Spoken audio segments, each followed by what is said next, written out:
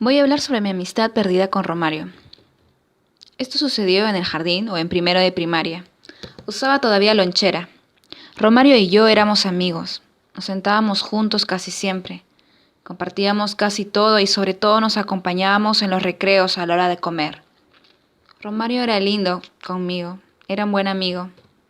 Yo no tenía amigas, no recuerdo a ninguna. Pero en cambio recuerdo muy bien a Romario, sus ojos marrones y grandes, su forma de colorear las cosas, siempre saliéndose de las líneas. En fin, ¿cómo lo perdí? Se preguntarán. Seguro no. Bueno, un día Romario se sentó a mi lado para comer como siempre, y me pidió un sorbito de mi jugo. Se lo di. Pero por dentro sufría mucho.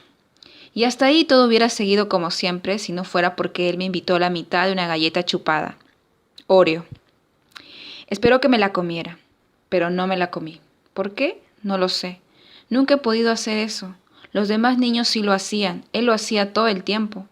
No sabía cómo explicarle que no quería hacer eso sin rechazarlo de ninguna manera porque era muy joven. Recuerdo su carita de decepción conmigo. Recuerdo lo mal que me sentí. Incluso tenté la opción de comérmela sin más, pero ya era tarde.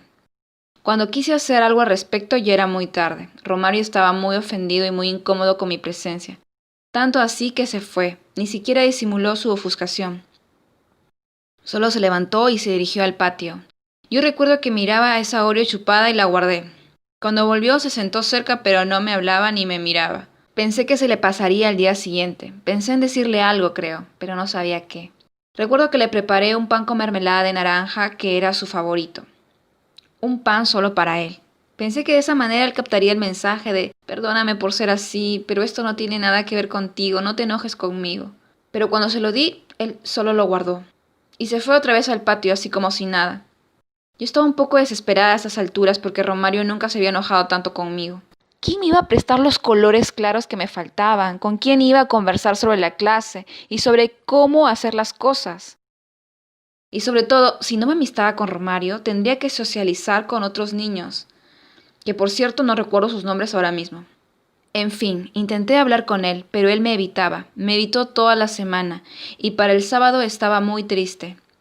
Mi madre me sugirió escribirle algo, pero creo que no sabía muchas palabras porque escribí una carta muy corta, una carta que nunca le di, porque no encontré ocasión. Le escribí algo así como, ¿puedes venir a mi casa este sábado?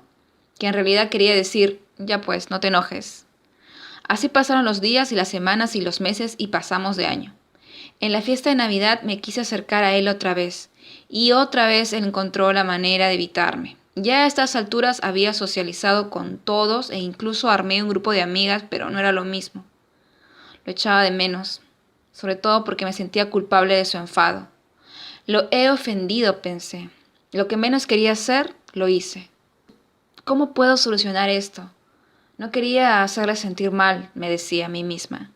Quizá lo mejor hubiera sido decirle eso, pero no podía. No sabía cómo amistarme. Al año siguiente ya me había conformado a ser solo una compañera más de clase para él. Y entró Danitza. Danitza comía con mucho gusto las galletas Oreo chupadas de Romario. Él me lo hacía saber. Ellos se conocían desde otro colegio. Y bueno, ¿qué podía hacer contra eso? A veces los miraba de lejos y creo que él me miraba de reojo. Supongo que sentía que hacía lo correcto. Supongo que me esmeré mucho por explicarme mejor en lo sucesivo, aunque siendo sincero sigo aprendiendo. Al año siguiente me mudé a Trujillo. Nunca pude decirle lo mucho que sentía haber perdido su amistad.